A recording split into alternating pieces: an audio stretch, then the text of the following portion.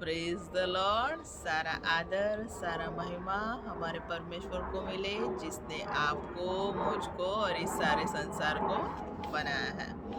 तो आज का मेरा विषय है सैक्रिफाइस, अर्पण। आज का मेरा विषय है सैक्रिफाइस, अर्पण।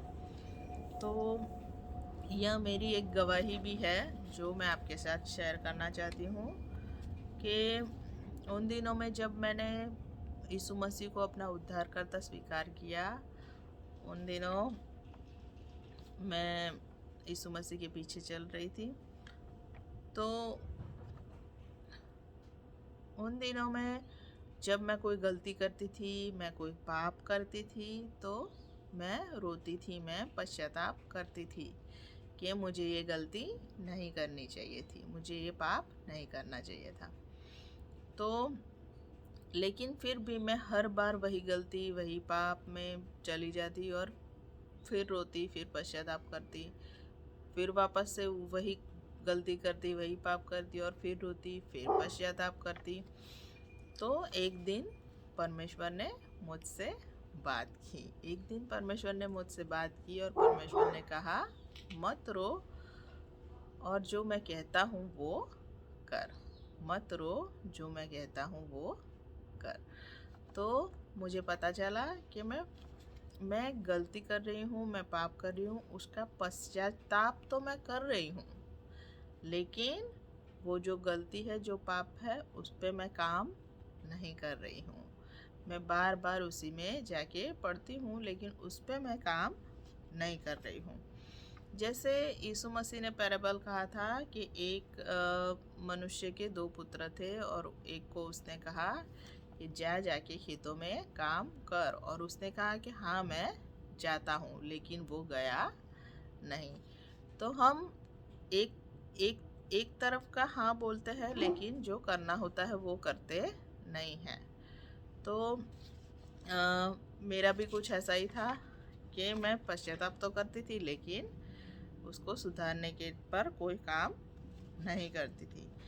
तो फिर मैंने सोचा कि अब मुझे उस पे काम करना है। तो जो मैं भूल करती थी, जो मैं पाप करती थी, उस पर मैंने ध्यान दिया कि उसको मैं कैसे अपनी ज़िंदगी से निकाल फेंकूं, कैसे उसको उस पे काम करूं। तो फिर मैंने प्रयत्न करना शुरू किया और अपनी पूरी बुद्धि से, पूरे जीव से, पूरे मन से और पूरे सामर्थ्य से मैंने वो पाप ना हो, वो गलती ना हो, उस पर अपना पूरा सामर्थ्य लगा दिया, पूरा जोर लगा दिया, जो सामर्थ्य मुझे परमेश्वर की ओर से मिलता है।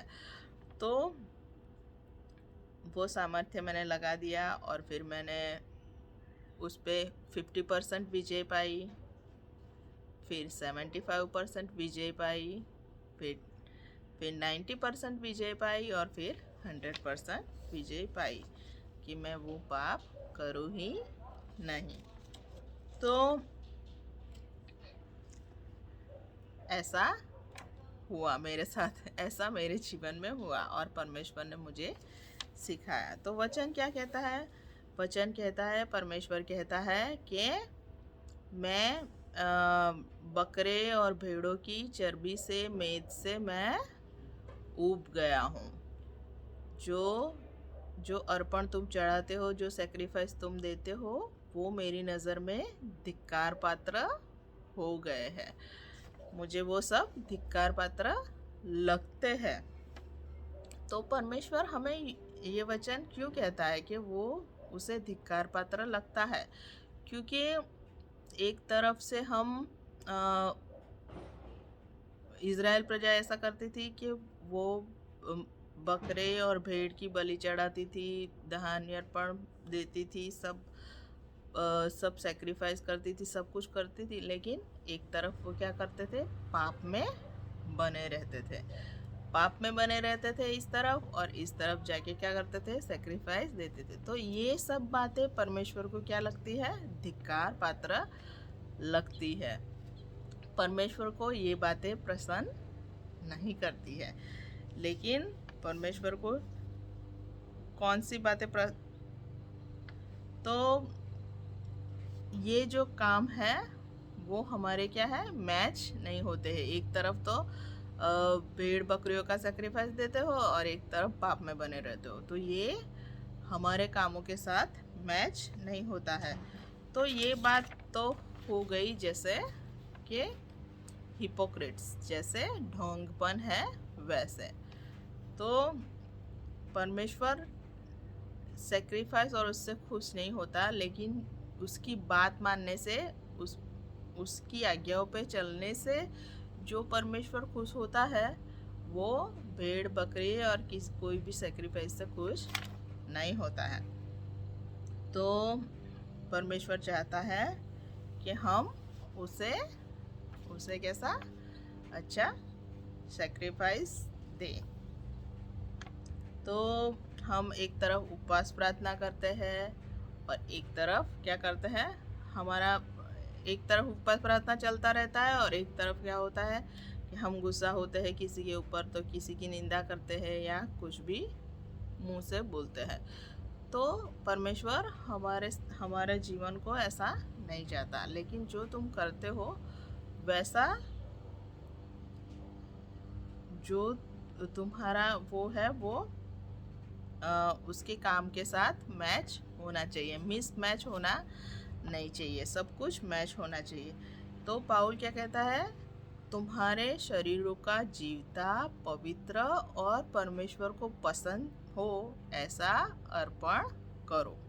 तुम्हारे शरीर का जीवता, पवित्र और परमेश्वर को पसंद आए ऐसा अर्पण, ऐसा बलिदान चढ़ाओ। तो परमेश्वर यह चाहता है। तो मैं परमेश्वर का बहुत धन्यवाद करती हूँ कि उसने मुझे पवित्र आत्मा दिया है, जो कि मेरा बेस्ट फ्रेंड भी है, और वो मुझे हर सत्य में ले चलता है कि मुझ में कोई भी अंधकार रहे नहीं, वो मुझे उजियाले में ले जाता है। और वो जो मेरी अंधकार भरी बातें हैं, जो मुझ में बुरी बातें हैं, उस पर प्रकाश डालता है, वो मुझे दिखाता है और मुझे मार्ग बताता है कि इससे कैसे छूटूं, और सत्य को वो दिखाता है कि सत्य को मैं जानूं और सत्य मुझे मुक्त करे। तो इसलिए मैं परमेश्वर की बहुत आभारी हूँ कि उसने मुझे पवित्र आत्मा दिया है। तो ये मेरी एक साक्षी भी थी कि उसने मुझे सिखाया कि ट्रू सेक्रीफाइस, जो परमेश्वर को पसंद पड़े ऐसा सेक्रीफाइस मैं कैसे दूं। तो ये मैंने आपके साथ भी शेयर किया। तो बस आप सबों ने मुझे सुना, इसलिए आपका बहुत बहुत धन्यवाद। Thank you Jesus.